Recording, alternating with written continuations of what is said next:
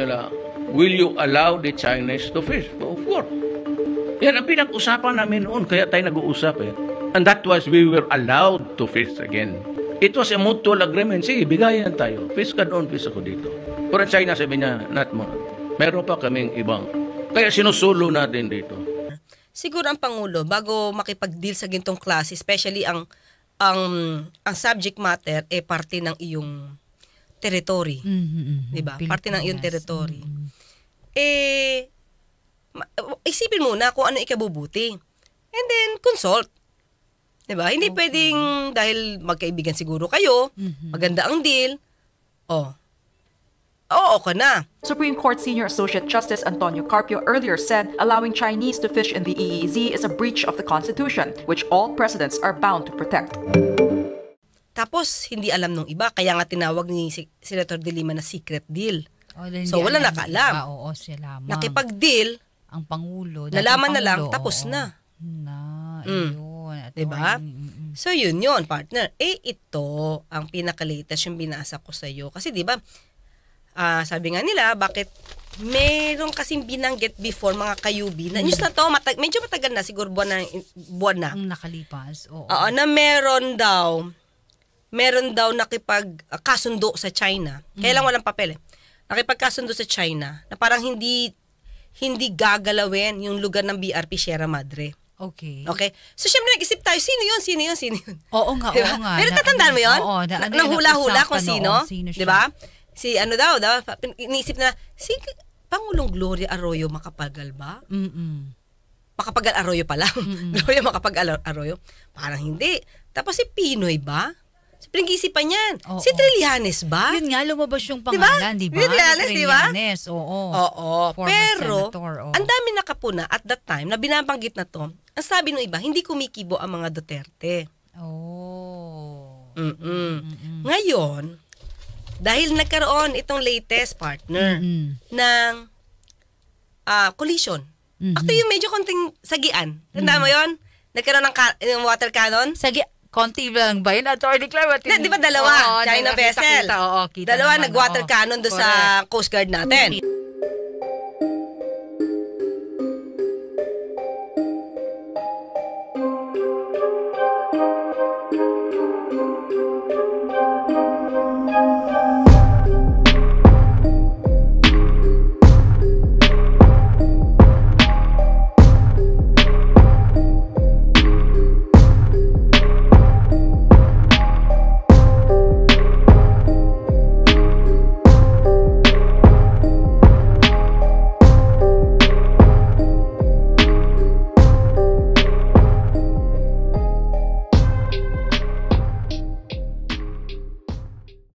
Nabangga. Video, yes. Nasaktan niya at dalawa na ating mga member ng Coast Guard natin, di ba?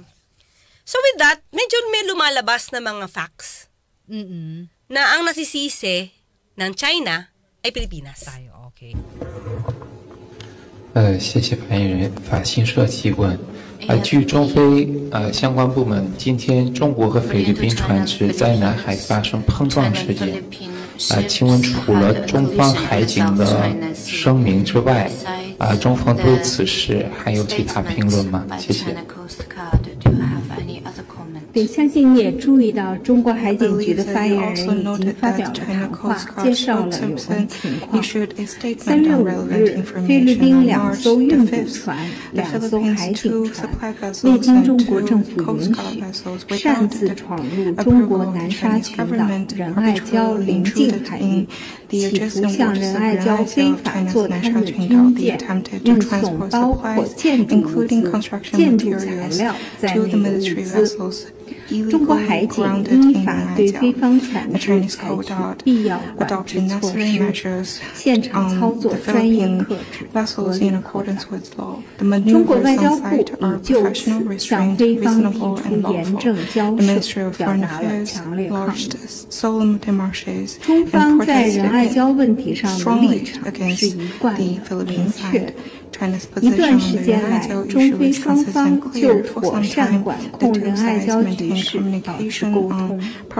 非方再次违背其向中方所作承诺，在仁爱礁海域侵权向中方所作承诺，在仁爱礁海域侵权挑衅、制造事端，严重侵犯中国的领土主权和海洋权益。中方再次敦促非方停止海上侵权挑衅，不要采取任何可能导致海上局势复杂化的行动。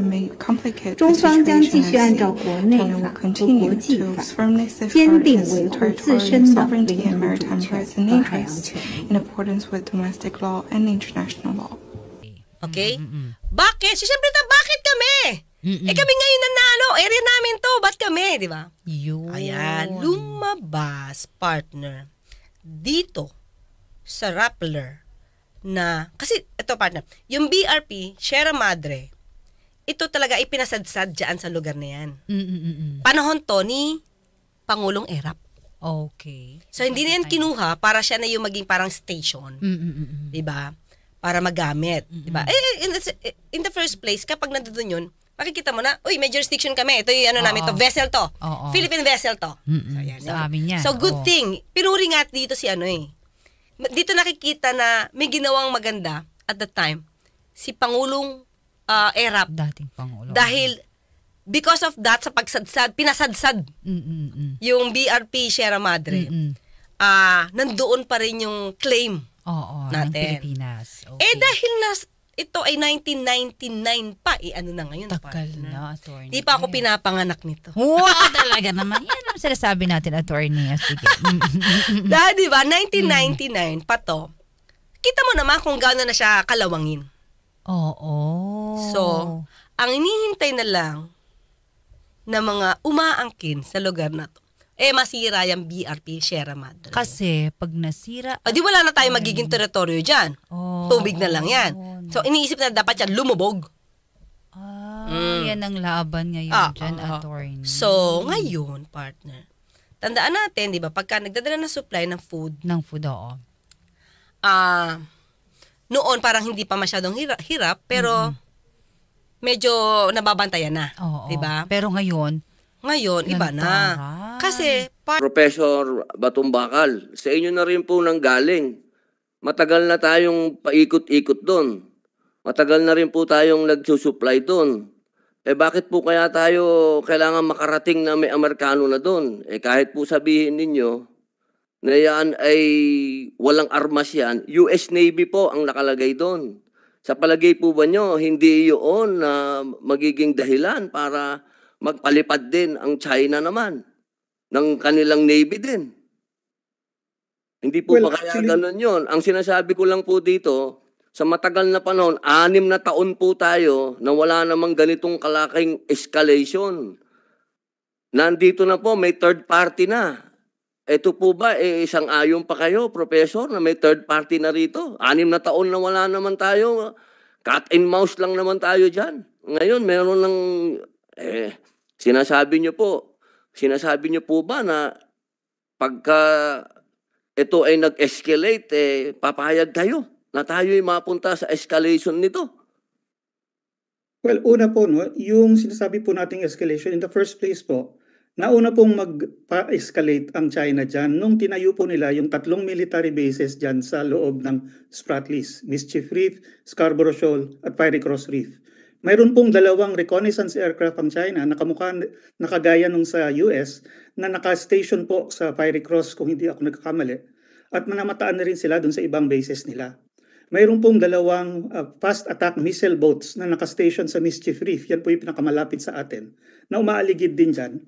At nung nga pong 2021, nabalita nga po na hinabol pa yung isang civilian na vessel natin na lula ng isang ABS-CBN crew.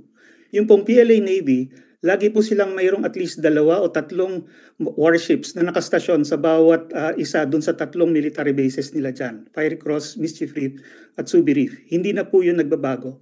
So, kumbaga, dihado na talaga tayo dahil dinagdagan na po ng China yon even before dumating po itong mga Amerikano nitong taon na ito. So sa akin po kasi yung escalation po na nababanggit nyo, hindi po yan ngayon lang nangyari at hindi po yan dahil sa Amerikano, kundi dahil sa mga Chinese nga po na talagang in-increase yung pressure para patalsikin tayo sa West Philippine Sea, Maritime Militia. Opo, sa inyo pong palagay nyo ba hindi natin kaya? Kailangan natin ng kano?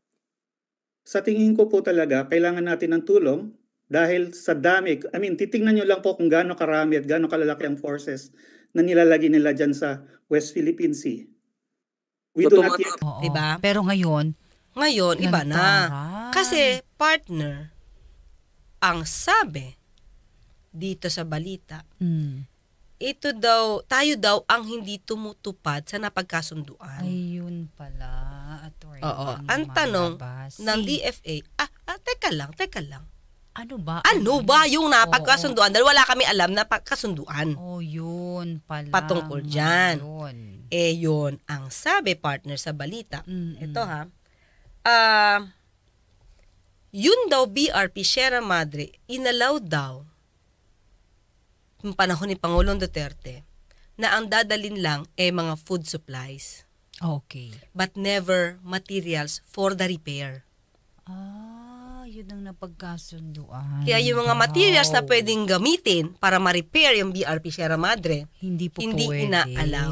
Kasi yun ang kasunduan with dating Pangulong Duterte. Nako, attorney. Diba? Yung pala. Yun. So, syempre, na-surprise ang Department of Foreign Affairs. Diba? Hindi sila pumapayag na ganito. Diba? Sabi nga dito, partner, from the outset, the DFA wishes to underscore that Philippines is approaching these confidential negotiations with utmost sincerity and good faith. We were therefore surprised by China's disclosure of sensitive details of the bilateral discussions. So, ayan, sabi pa nga dito, partner, as Ayungin Shoal is part of the exclusive economic zone of the Philippines, the proposal of China could not be considered by the Philippines without violating the Philippine Constitution or international law. So, yung pakikipagkasundo na yon, kung totoo man, si verbal lang pinapakita natin, magandang si Pangulong Duterte ang mag-deny. Totoo ba to o hindi? Pero hanggang ngayon, Attorney Claire, wala pa tayo nadidinig na he neither confirmed or denied. Kung alin sa dalawa, Attorney Claire, alin sa dalawa na hindi niya dinedeny or confirm, o kung i-confirm man niya sa batas, paano ang pananagutan? Kung i-confirm man niya, pananagutan. okay. Pag i-confirm niya, ito ba'y mataturing na treachery? Treason? Actually, attorney, yun laban sa bansa natin na may secret deal kung totoo. Hindi, kasi syempre partner, we have to hear from him. Siya mismo ang dating Sino ba nagsisinungaling?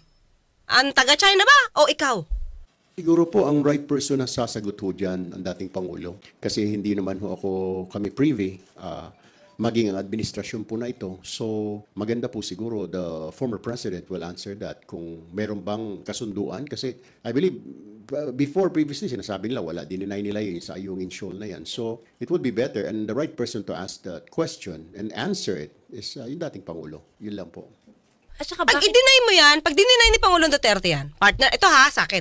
Pag sinabi ni Pangulong Duterte na walang ganyang ex-deal, kay Pangulong Duterte ako maniniwala. Okay. Hindi ako maniniwala sa China. Diba? Kasi bakit? Pangulo ko to dati. So, kung nagsisinungaling man si Pangulong Duterte, paniniwalaan ko pa rin yung dati kong Pangulo. Hindi ko paniniwalaan yung China. Kaya dapat i-deny niya. Pero kung wala tayong madidinig, partner, tahimik at nagsalita ang China, wala tayong may ibang papakinggan. Kundi parang totoo. China lang. Oo. And action speaks louder than words, Attorney Claire, sa nangyayari. Taran, gano'n na nga. Hindi yun, di ba? So, di ba, may mga pagkakataon di ba, pagkatapos din pumunta doon ni Pangulong Marcos, pumunta rin si Dumalaw. Si malaking question mark yan. Anong ginawa ni Pangulong Duterte sa China at kausap si Xi Jinping, President Xi Jinping? Former President Rodrigo Duterte met with Chinese President Xi Jinping on Monday, according to Chinese Foreign Ministry spokesperson Hua Chunying. The Chinese embassy in Manila says the two met at the Diao Yutai State Guest House in Beijing. According to Hua, Xi told Duterte he appreciates the strategic choice Duterte made to improve China's relationships with the Philippines. Hua adds that China values its relations with the Philippines. Meanwhile, Chinese state media says Xi praised Duterte for his contributions to sustain bilateral relations and hoped that Duterte can continue to play a role in promoting friendly cooperation between the two countries. Duterte, for his part, said that friendly relations with China is in the interests of both countries. Duterte's administration acted as a close ally of China despite the tension with the Philippines due to China's sweeping claim over nearly the entire South China Sea, including the West Philippine Sea. Malaw lang naman.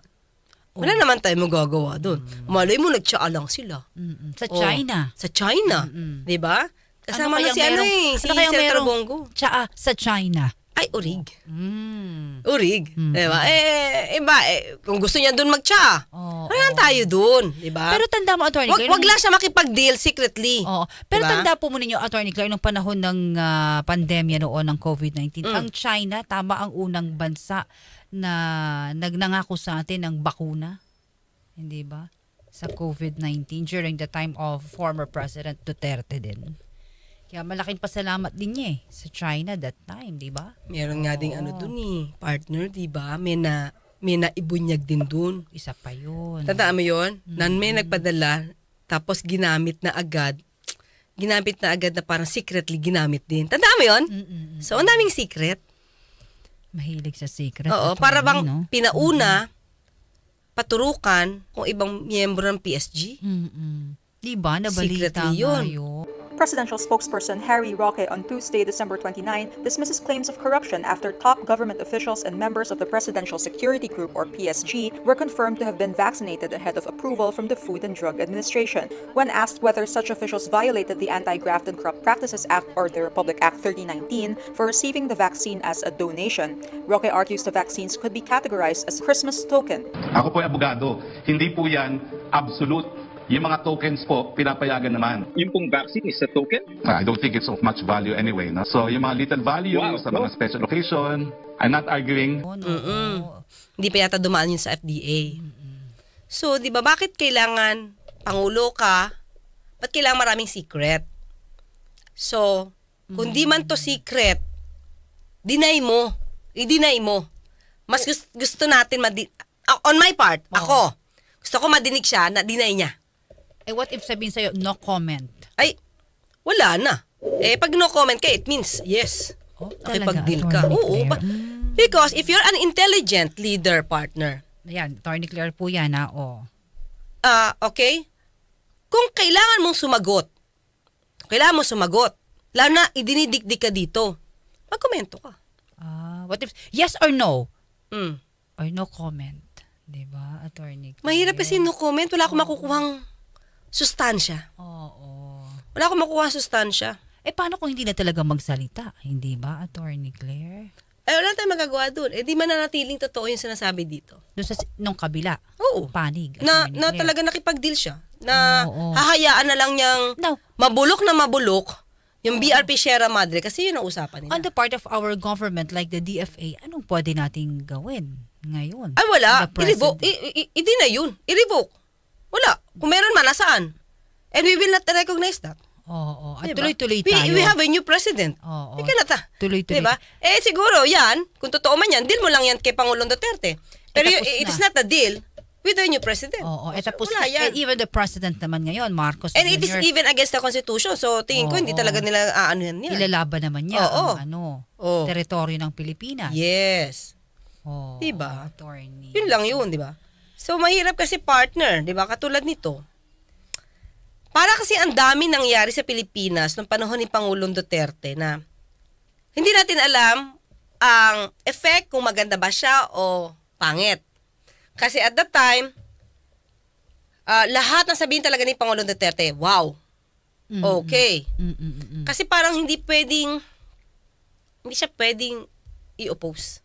That time. Pag in-oppose mo at sa media ka, mabablacklist ka sa Malacanang, hindi ka papapasukin. Diba? Or it's either pag iinitan ka, tapos maredtag ka, may NPA ka. So, ganun yung mga sitwasyon.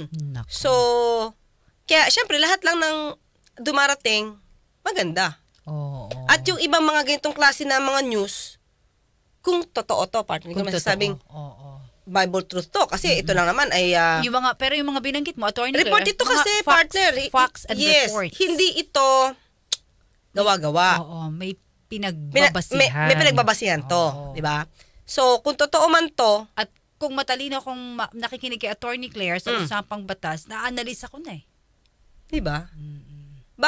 Bakit ba kahit ngayon, yung mga Duterte pagdating sa West Philippine Sea, tahimik? So ano ba yung mga deal na ginawa nila na makakabuti sa bansa at ano-ano ba yung mga deal na hindi natin alam pero makakasama sa bansa? So dapat yun makita natin lahat. Pero ngayon sa mga balita at Attorney Claire, mga kayubi, tila hindi nakakaganda. Dahil nakikita natin kung paano tratuhin, hindi ba, Attorney Claire? Lumalabas na kaya namin to ginagawa.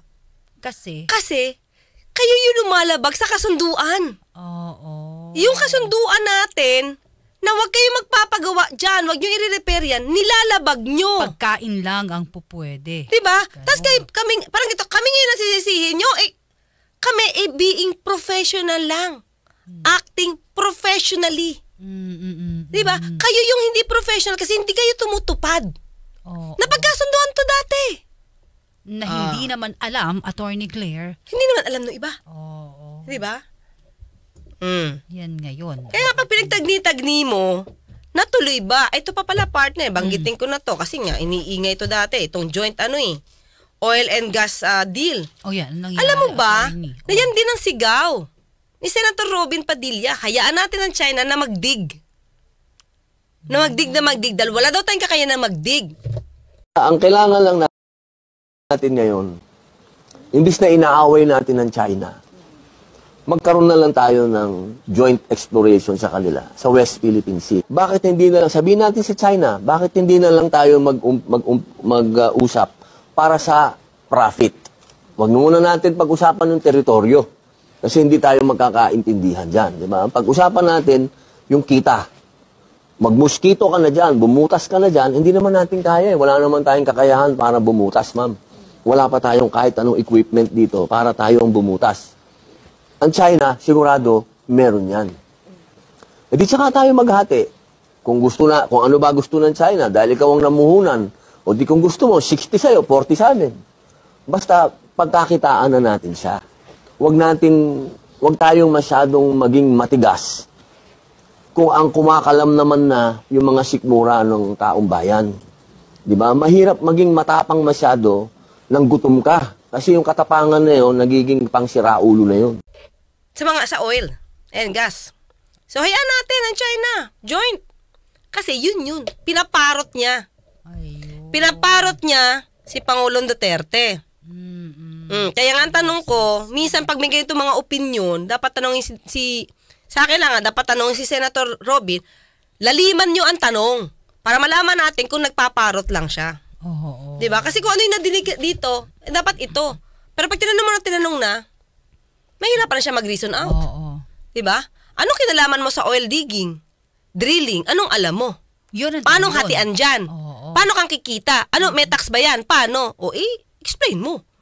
Explain mo, magpakita ka ng presentation para paniwalaan ka namin. Wag ka lang magparot, di ba? Hindi ganun na sinabi, Attorney Claire. Walang may sinabi lang. Paliwanag. Katulad dito, sinabi, nagsasakripisyo halimbawa lang nagsasakripisyo si Pastor Kibloy. Patunayan mo. Wag ka magparot. Parang pag dating mo sa stage dyan, ang dala mo lang, kapugian mo. Tapos lahat na sinabi mo, parot na. Di ba? Bakit? Explain na buti. Paliwanag mo, bakit? Diba? Siyempre, yung pagkakaibigan partner, hindi niya na ma-explain yun. Kasi sa akin, overwhelming yun. Kung kay pangkaraniwang mamamayan, pumapanig ka kay Ay, obvious. Kay pastor. Obvious, sabi niya, walang iwanan sa magkakaibigan. Lalo na kakampi mo. Teka, ano pinag-iba ng kakampi sa magkaibigan? Nisip ko yun walang iwanan sa magkaibigan, lalo na kung kakampi mo. Siguro kasi ganito, okay. May magkaibigan, Na hindi. tama ako, adiktas, ito siguro sasabi mo. May magkaibigan. May magkaibigan, pero dahil taliwas sila, sa opinion, katulad natin dito, magkakaibigan tayo, pero magkakaiba tayo ng opinion, hindi kita kakampi sa opinion mo. Pero magkaibigan tayo. Pero pag magkakampi, kahit hanggang dulo, kahit mali. tama, magkakampi kayo. Mali, magkakampi pa rin kayo. Sa akin ka pa. Ay, bulag yun. Hindi tunay na kaibigan yun, partner. Kasi ayaw niya itama. Kung may mali ka man, hindi ka niya itatama kasi dapat magkakampi kayo. Sa hirap at ginhawa, magkakampi kayo, bulag yun. Diba? Sunod ako po muli si Radyo Man, Jenny Pahilanga. Hanggang Lunes magkita't magkarinigan tayo. Ako pa sa Attorney Claire Cas, nagpapalala, huwag tulugan ang inyong karapatan.